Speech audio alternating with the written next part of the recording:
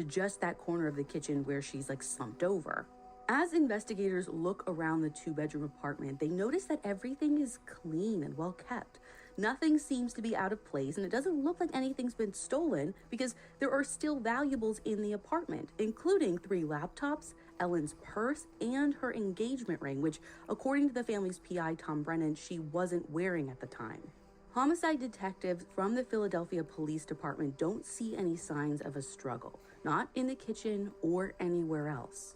According to the ME's report, the inside lock on the front door, which again is like a common latch door guard, is broken with the screws on the door loose. It says, quote, obviously forced in when in a locked position, end quote. Which that would make sense because Sam already said that he had to force his way in, right? Right. So it's not like it's an intruder, it was just Sam trying to get into his place. Yeah, and there's only one other way in or out of the apartment, and that's this sliding door that leads to a little balcony type thing. I mean, it's really more like a ledge with a railing because Ellen and Sam's apartment is on the 6th floor. So again, even though they have that, it's not likely someone got in that way.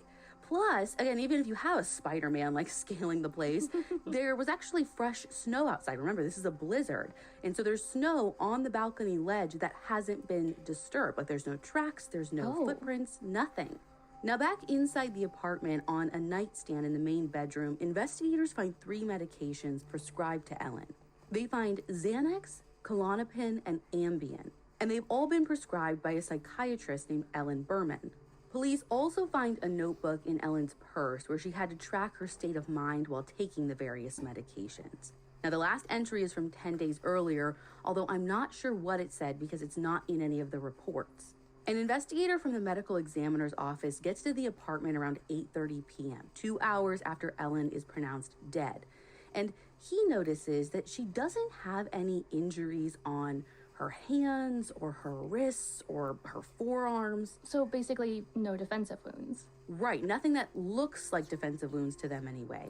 Okay, and obviously they called time of death at what you said, 6:40? Mm-hmm. But can they determine when she had actually died? Well, the report doesn't say anything about the potential time of death. But, I mean, based on what Sam tells detectives, which is that he last saw Ellen alive at 4:45 before going to the gym. And then again, we know he's breaking down the door at 6:30. We're looking at like a small window of time. Yeah, like less than 2 hours.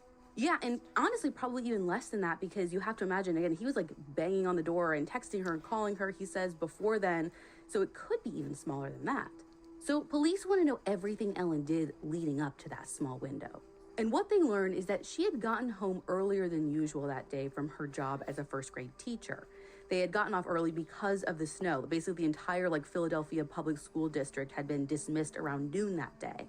And according to what Sam tells them right there at the scene when they first pull him aside to get his story, Ellen was home when he went down to the fitness center at around 4:45 p.m. And he says that he stayed there for half hour or maybe 45 minutes, and then he went back upstairs where he found himself locked out. He tells investigators, he knocked on the door, he called and texted her to let him in, but she didn't answer. And that's when he knocked down the door and called 911. Well, police had found Ellen's cell phone in the master bathroom, and so they decided to check her activity log to see if it matches Sam's story. This episode is brought to you by the new Venture X card from Capital One. When you book through Capital One Travel using the Venture X card, you earn 10x miles on hotels and rental cars and 5x miles on flights. And with the Venture X